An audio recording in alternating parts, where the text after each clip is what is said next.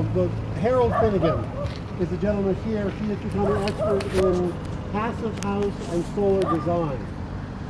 I guess I would say it's like Second Empire. Next to it is the Bunting Twin. This is a twin house. There is some question as to whether there were any twins built. Well, this might have been one of the first twin houses. I think there were two Bunting sisters. One of the early purchasers of Bunting.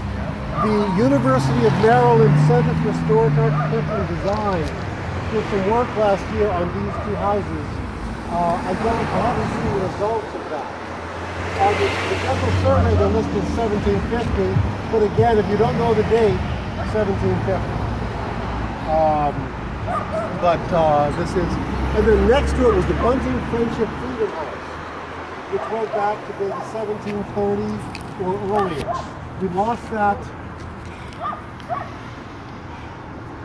Long story. December 2005. Yeah. At 4 o'clock in the morning, they tore it down, so we couldn't stop them from tearing it down. There's a story. It did galvanize us to get a demolition delay ordinance. So now if they tear down one of the houses, 26 houses on the historic list, there at least is a public process. It should not have come down. It didn't have to come down. It did come down. Next to it is the burial ground up on the hill and what Ryan referred to as the football field. This was where the first two meeting houses were located, and I'm not sure that, I think it was Willow's Field. I don't know. Looks like the leaves.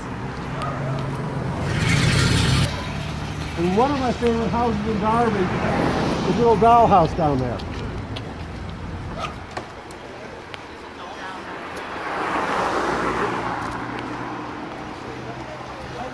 This is my favorite house.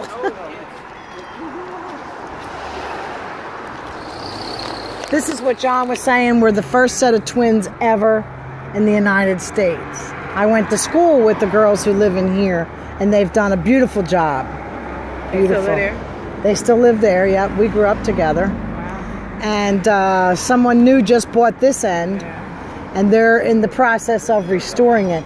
But these were the Blunston sisters' houses.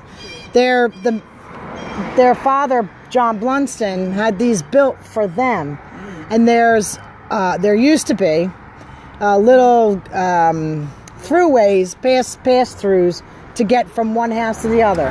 Because one sister, Sarah, lived in this house, and the other one lived in that house. But then, you know, when they blocked them up. But.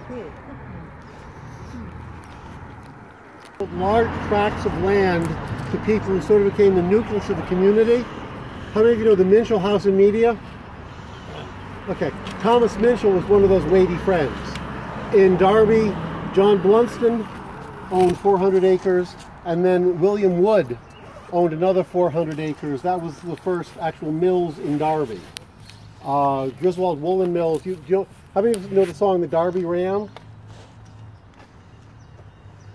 I went down to Darby because on a market day, I was singing it for you. Yeah, okay. Because of the, you know, the Darby Mill. Yeah, that one. The mills in England. Yeah. So Blunston donated the land for the meeting house and the burial ground. I think I might have mentioned to some, Blunston was born the same year as William Penn, and was literally a friend. Yeah, literally a friend of Penn. When William Penn left this for the second and last time in 1702, he signed the Charter of Privileges, which basically set out rights in the government, etc. There was some dynamic tension, I believe, in signing that. Penn didn't want to give up power. Mr. Lloyd and the settlers, you know, basically there's some dynamic tension. There is some thought that John Blunston may have played a mediator role in signing the Charter of Privileges. Basically, one of the most important things said, if you acknowledge one creator, your method of worship would not be interfered with, which is why we had like 26 different churches at the time of the Revolution. We had Baptists, we had Moravians, we had Quakers, we had Jews, we had Catholics. You know, it was a real stew. They were ordering a bell for the State House. Isaac Norris chose an inscription from Leviticus. You shall hallow the 50th year, shall be jubilee unto you. Proclaim liberty throughout the land and all the inhabitants thereof. Return every man to possession and every man unto his home.